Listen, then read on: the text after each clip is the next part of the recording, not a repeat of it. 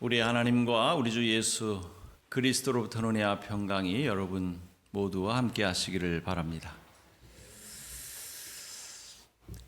우리 성경 안에는 이 모순되는 말씀이 의외로 많습니다. 다 찾아볼 수는 없지만 몇 가지만 한번 좀 찾아볼까요? 그러므로 사람이 의롭다 하심을 얻는 것은 율법의 행위에 있지 않고 믿음으로 되는 줄 우리가 인정하노라. 로마서에서는 이렇게 말씀하고 있는데요. 야고보서에서는 또 이렇게 말합니다. 이로 보건대 사람이 행함으로 의롭다 하심을 받고 믿음으로만은 아니니라. 자, 우리말 성경은 행위 그리고 행함 이렇게 서로 다른 단어로 번역을 했습니다만 이게 우리 말로도 다른 의미냐 이렇게 말씀하실 수도 있죠. 근데 원어 성경에 보면 에르곤 똑같은 단어를 사용하고 있습니다. 그러니까 로마서는 행함이 아니라 믿음으로 의롭게 된다 이렇게 말하고 있는데 반해서 야고보서는 믿음이 아니라 행함으로 의롭게 된다 이렇게 말하는 거죠. 서로 상충되는 말씀 아닌가요? 무엇이 진실일까요? 더 찾아볼까요? 에베소서에서는 이렇게 말합니다. 그리스도는 우리의 평화이십니다. 그리스도께서는 유대 사람과 이방 사람이 양쪽으로 갈라져 있는 것을 하나로 만드신 분이십니다. 우리에게 참으로 익숙한 말씀이죠. 이런 찬양도 있잖아요. 주는 평화 막힌 담을 모두 허셨네. 이런 찬양도 있잖아요. 그죠? 자, 그런데 오늘 우리가 읽은 이 복음서의 말씀은 이렇게 시작합니다. 내가 세상에 화평을 주러 온 줄로 생각하지 말라. 화평이 아니요 검을 주러 왔다. 자, 이번에는 평화냐 화평이냐 서로 다른 단어가 아니냐 여러분 우겨도 소용없습니다. 이 역시 원문에는 에이레네 같은 단어를 사용하고 있어요. 그래서 우리말 세번역 성경에도 보면 평화 똑같이 평화 이렇게 번역하고 있죠. 왜 이러는 걸까요? 우리 성경 말씀 왜 이러는 걸까요? 예수님에게 좀 항의라도 해야 되는 거 아니에요? 왜 이렇게 헷갈리는 말씀을 우리에게 주시느냐고? 그러고 싶죠. 35절 36절도 계속 볼까요? 내가 온 것은 사람이 그 아버지와 딸이 어머니와 며느리가 시어머니와 불화하게 하려 함이니 사람의 원수가 자기 집안 식구니라. 여러분 이 말씀이 정말 예수님께서 하신 말씀이라고 하는 것이 믿어지십니까? 믿어지세요? 믿어지면 좀 이상한 건데. 네? 이런 말씀은 사이비 교주들이나 하는 말 아니에요? 자기 집안 식구 다 원수니까 집안 재산 다 팔아갖고 오라고 말이죠. 이 사이비 교주들이나 하는 말 아니냐고요. 도대체 예수님은 이 말씀을 어떤 의도로 하신 걸까요? 우리가 이 말씀을 어떻게 이해하고 또 어떻게 해석해야 할까요? 성경학자들은 이 말씀이 10장 16절 이하에서 말하는 것처럼 박해받던 그리스도인들의 현실이 반영된 것이다 이렇게 해설합니다. 박해 시대에 하실 수 있는 그런 말씀이라는 거죠. 장차 형제가 형제를 아버지가 자식을 죽는 데에 내어주는 자식과 부모가 원수지간이 되는 그러한 시대적인 방향, 시대적인 상황을 반영한 것이라는 거죠. 박해를 피하기 위해서 부모 자식 간에도 서로 대적하고 죽게 만드는 그러한 박해의 상황을 묘사한 것이다 이런 말씀이에요. 자, 그러면 이 말씀을 우리는 꼭 박해의 상황에서만 벌어질 수 있는 일, 그래서 오늘 우리들처럼 박해의 상황이 아닌 속에서는 이런 말씀을 의미 없는 말씀으로 오늘을 살아가는 우리에게는 적용하기 어려운 말씀으로 생각해야 할까요? 그렇지 않습니다. 여러분, 예수님의 복음이라고 하는 것, 말 그대로 좋은 소식이죠. 복음은 좋은 소식이에요. 자, 그런데 이 뒤틀리고 삐뚤어진 세상 속에 살아가는 우리 모두에게 다 똑같이 좋은 소식은 아니라는 겁니다. 예수님의 복음이 좋은 소식은 맞는데 모두에게 좋은 소식은 아니라고요. 예? 보세요. 안식일에 예수님께서 병자를 고치셨어요. 자, 그때 그것을 본 사람들이 어떻게 했습니까? 예수님을 고발하겠다는 거예요. 예? 안식일에는 아무 일도 해서는 안 되는데 예수님께서 그 병 고치는 일을 했다는 거죠. 병 고치는 일 했다는 거예요. 그래서 심기가 불편한 그들을 향해서 예수님께서 한마디 하시죠. 안식일에 선한 일을 하는 것이 좋으냐, 악한 일을 하는 것이 좋으냐, 목숨을 구하는 것이 옳으냐, 사람의 목숨을 죽이는 것이 옳으냐. 그랬더니 잠잠해졌다는 거죠. 여러분, 그것을 끝난 걸까요? 아니죠. 여러분, 이 이야기는요, 이 공간복음 모두에 기록되고 있는데 그 말미에 뭐라고 기록되어 있는지 아세요? 네? 바리새파 사람들과 헤롯 당원들이 예수를 어떻게 죽일까 궁리했다는 겁니다. 종교 지도자들이 사람을 어떻게 죽일까 서로 의논했다는 거예요. 얼마나 참담한 일입니까? 다른 사람들도 아닌 종교 지도자들이. 여러분, 예수님께서 병자를 고치셨다는 것은 복음이잖아요. 그 병 고침을 받은 사람의 입장에서 한번 생각해 보세요. 얼마나 기쁘고 감사한 일입니까? 누군가가 그 병에서 노임을 받았다는 사실은 좋은 소식이죠. 기쁜 일이죠. 감사한 일이죠. 즐거운 일 아니에요? 안 그래요? 내일이 아니니까 뭐 상관이 없어요? 관심 없는 일입니까?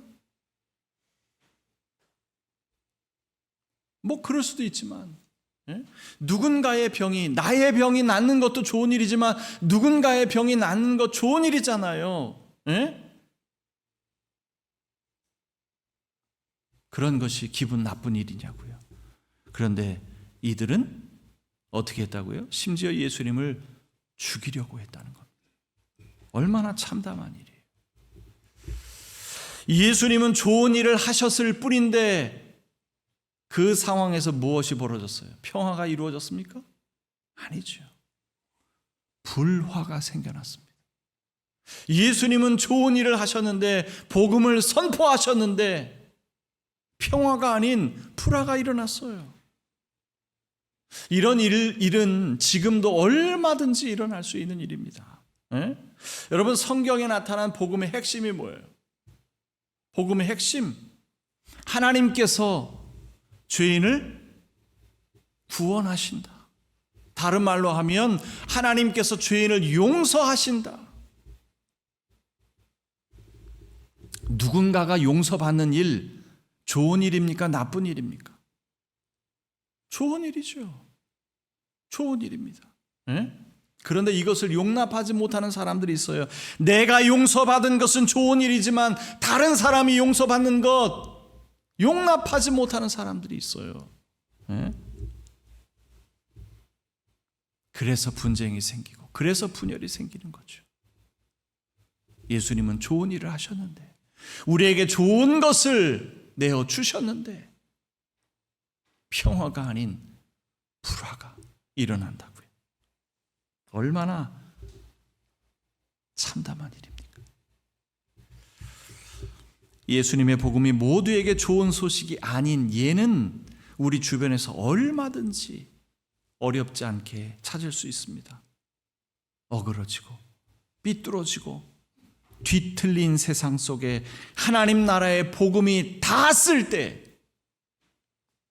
평안하고 평화롭다면 그것이 더 이상한 일이겠죠.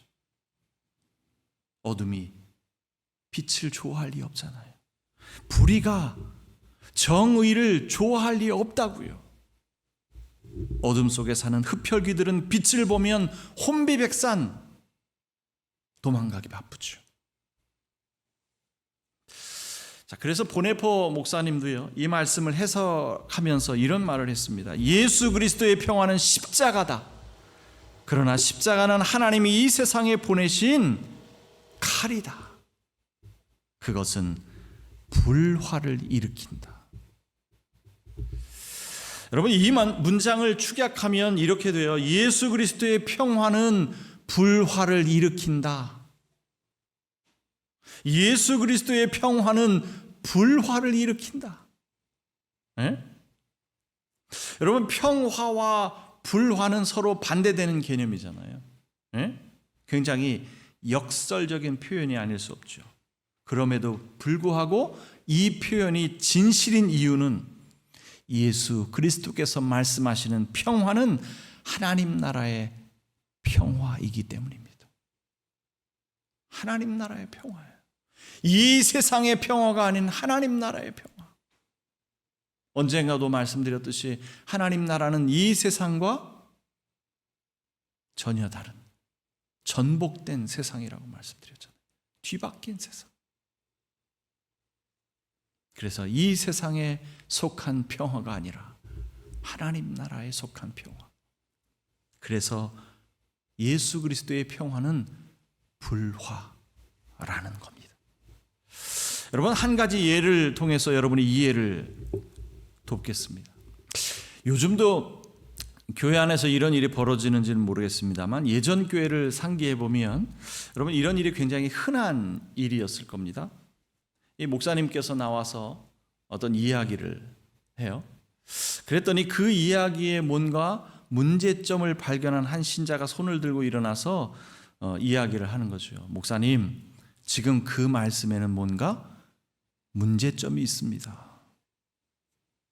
그에 대한 타당한 근거를 제시하면서 문제점을 지적합니다. 그 순간 교회 분위기가 어떻게 돼요? 싸늘해지는 거죠.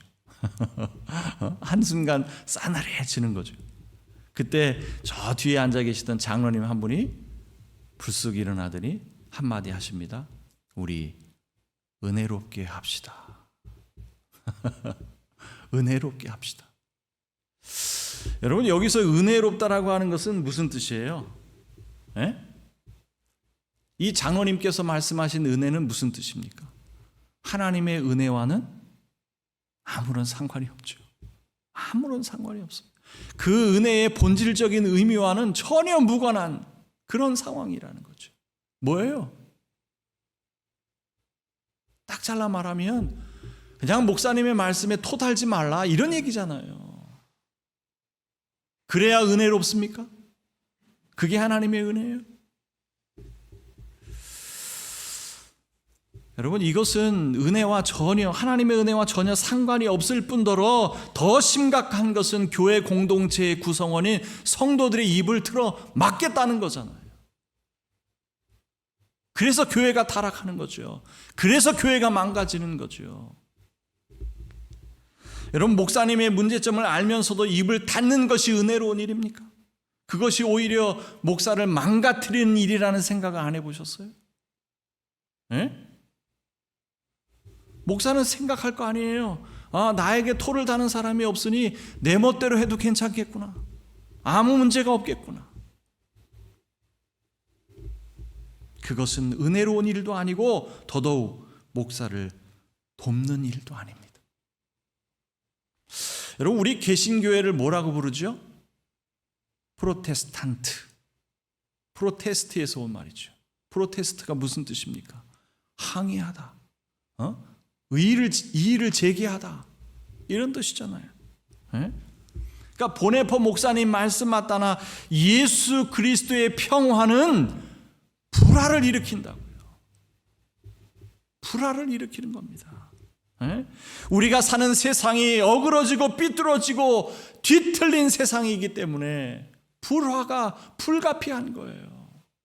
그냥 입 다물고 잠자코 있으면 그것이 평화로운 것이 아니라고요. 그것이 은혜로운 것이 아니라고요. 그리스도의 평화는 불화를 일으킵니다. 그것을 두려워해서는 안 됩니다. 여러분, 제주도에 가면 곶자왈이라고 하는 그 숲이 있어요. 네, 가보신 분도 있겠습니다만, 저는 오래전에 그곳에 갔을 때 이 갈등이라고 하는 단어가 어떻게 생겨나게 된 것인지 그 숲 해설사를 통해서 배웠습니다. 네? 여러분, 이 곶자왈에는 울창한 나무와 식물들이 많이 자라고 있는데요, 칡넝쿨 그리고 등나무 넝쿨, 이런 것들이 큰 나무를 이제 둘러싸고 올라가는 모습을 어렵지 않게 이제 발견하게 되죠. 근데 이 해설사의 말이 칡은 왼쪽으로 감는 특성이 있고 등은 오른쪽으로 감는 특성이 있다는 겁니다. 그래서 이처럼 칡과 등나무가 서로 얽혀서 싸우는 모습을 보면서 갈등이라는 말이 생겨났다는 거예요. 갈자가 무슨 갈자예요? 칡갈자죠. 등은 등나무 등자입니다. 그래서 갈등이라는 단어가 생겨난 거예요. 이 갈등이라고 하는 것은 우리 삶 속에 거의 필수적인 것이라고 해도 과언이 아닙니다. 필수적인 거예요. 여러분, 아침에 눈을 뜰 때, 여러분 오늘 아침 어떻게 갈등이 없었는지 모르겠습니다만 5분만 더 자자, 일어날까 말까. 여러분, 이런 갈등 없으셨어요? 없었어요? 여기서 예하면 어떡합니까? 자, 잠잘 때도 우리 갈등하잖아요. 재밌는 TV 프로그램을 보고 잘까 그냥 잘까. 이 혼자서 하는 그런 고민들 많이 있잖아요. 이런 것들도 다 갈등이죠. 근데 우리가 살면서 겪는 혼자만의 고민거리 외에도 인간관계 속에서 이 갈등 거의 매일 겪잖아요. 매일 겪잖아요. 사랑하는 사람과도 갈등을 빚고요, 친구와도 동료와도 우리 교우들과도 갈등을 빚습니다. 피할 수 없는 거예요. 인간관계 속에서 피할 수 없는 것이 갈등입니다. 그러니 그 갈등을 자연스러운 현상으로 받아들이는 것, 그것이 필요해요. 지극히 자연스러운 현상이라고요. 그래서 사회 심리학자들은 이러한 인간의 갈등을 연구하고 그 해결책을 제시하는 겁니다. 레빈 같은 경우에는 이 사회 전반적인 문화가 바뀌어야 이런 갈등을 해소할 수 있다, 뭐 이런 이야기를 해요. 근데 무엇보다 중요한 것은 이 인간의 갈등은 자연스러운 현상이다라고 하는 것을 받아들이는 것이 중요합니다. 받아들이는 것이 중요해요. 그래야 부정적인 감정으로 대응하는 것이 아니라 긍정적인 사고로 풀어갈 수 있는 거예요. 지극히 자연스러운 것이라고 생각해요. 그래야 갈등 관계 속에서 허우적대지 않고 건설적인 해결책을 찾아갈 수 있다는 겁니다. 역지사지. 상대방의 입장도 생각해 보면서 서로 이해하려고 하는 그런 노력 가운데 해결의 실마리를 찾을 수 있다는 거예요. 여러분, 제가 목회를 시작할 무렵에 이 목회자 리더십 교육을 받은 적이 있어요. 거의 20년에 가까운 시간이 흘렀는데요. 근데 아직까지도 제가 기억나는 내용이 있습니다. 이 교회 공동체의 관계에는요, 3가지 존이 있다는 거예요. 첫 번째가 뭐예요? 그린존. 이건 피상적인 관계를 말합니다. 우리 공동체 구성원들이 서로 이름은 알아요. 이분이 집사님인지 권사님인지 장로님인지 그 정도는 알아요. 그런데 깊은 대화는 없어요. 무엇을 고민하는지, 무엇 때문에 힘들어하는지 몰라요. 그냥 인사만 하고 헤어질 뿐입니다. 이런 것을 그린존이라고 해요. 충돌은 없죠. 갈등은 없습니다. 자, 그런데 레드존으로 가면 이 갈등과 충돌이 있는 지점이라는 겁니다. 서로 다른 생각, 서로 그 다름으로 인해서 갈등과 충돌이 발생하는 지점, 이것이 레드존이에요. 자, 그런데 교회 공동체에서 가장 이상적인 지점은 어디예요? 블루존. 가장 이상적인, 서로를 이해하고 서로를 배려하고 서로를 섬기는 그런 아름다운 관계, 이게 블루존이라는 거예요. 자, 그런데 블루존을 가기 위해서는 무엇을 거쳐야 돼요? 반드시 레드존을 거쳐야 한다는 겁니다. 그린존에서 블루존으로 바로 건너 뛰어가는 건 없다는 거예요. 레드존을 통과해야, 그래야 블루존으로 갈 수 있다는 거예요. 그래야.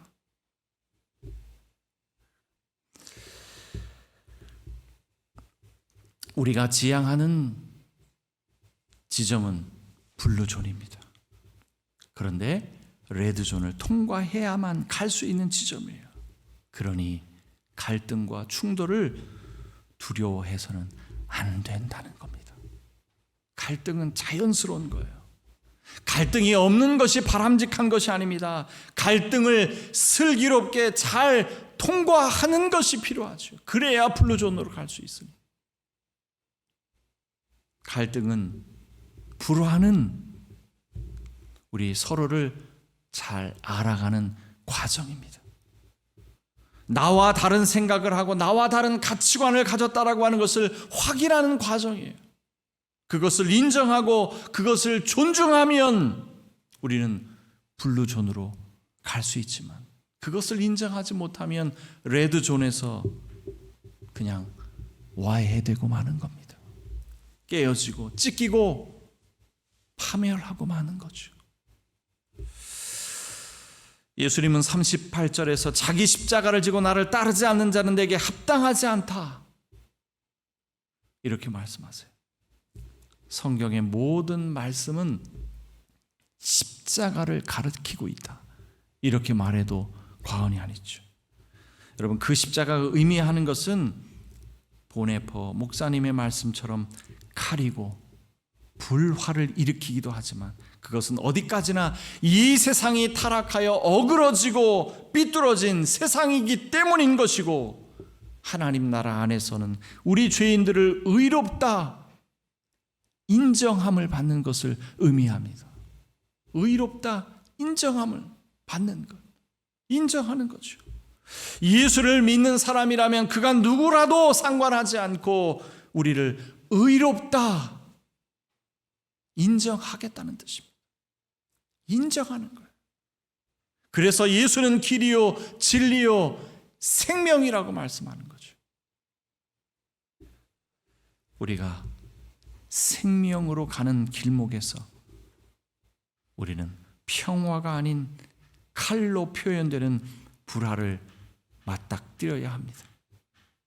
인생의 보병이라고 생각해도 좋습니다. 그런데 그것은 뜻밖의 보병이 아닌 반드시 만나야만 하는 적장이라고 생각하면 더 좋습니다. 이것을 통과하면 우리는 블루존, 다시 말해서 생명에 다다르게 되는 것입니다. 주님께서 우리에게 주신 칼로 잘 싸워서 승리하고 그로 인해 생명을 얻을 뿐만 아니라 큰 상을 받는 여러분이 되셨으면 좋겠습니다. 모든 지각이 뛰어난 하나님의 평강이 그리스도 예수 안에서 여러분의 마음과 생각을 지킬지어다.